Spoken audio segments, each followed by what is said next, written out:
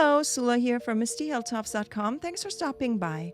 In this episode, I'm working on my Document Christmas 23 album, and I'm working on my pages for December 7th and 8th. I'm using the digital version of the collection Happy Christmas by Carta and lots of stamps and dies.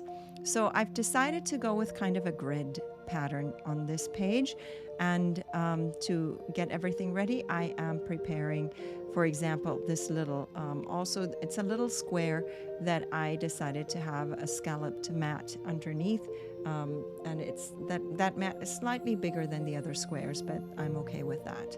I also created a calendar with using one of my stamp sets, and it just happened to fit just so on the size of square that I had decided to go with.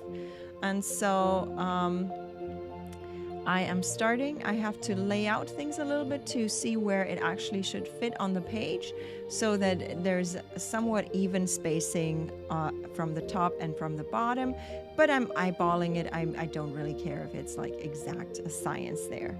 And then I'm ready to go with a second row, but before I do that, I wanted to add this candy cane kind of border there. And the photo is about the candy canes that I got this year. And so I wanted to use that candy cane border.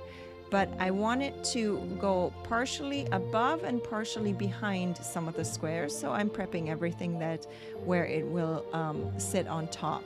So in these two squares on the left and the right, this candy cane border will sit on the top. But then I didn't want to cover up this pretty kind of pattern from this middle square there, and so I decided to put that on top of the candy cane border there. Then I'm ready to add the photo. This is also going to fill up the space there, and then I'm ready to finish with the last two squares. But I think I noticed here that this was a bit turned around. I don't think it is actually directional in any way, but I still cared.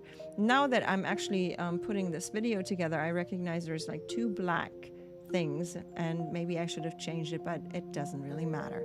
So I also created this title in Silhouette Studio, and I think the font, there's a free font that's available that's called Candy something font. So I'm using that one, and then I just wrote Candy Cane Wishes and added another. Well, I actually cut it out as a whole. So I just had a print and cut job there, and created a whole bunch of other print and cuts with it to fill up some bit of paper there to make it worth a print and cut. Then I used one of my die cut sets to create these tiny little gift packages there. This is from a car that is packed with gifts, and so I decided to use those gifts from that die cut set there to work with this page. This is actually a scrap lift from another page, which a lot of my pages are, and but obviously I always change things around quite a bit. Then I have created this envelope. I used some of my pattern papers there for the front, and then didn't want to just go with plain white cardstock, so I decided to use some of my red cardstock for the background here. And you can see how I kind of sewed the bits and pieces onto this kind of the backside of the envelope. So I want to make sure that the yarn is actually hidden behind it all.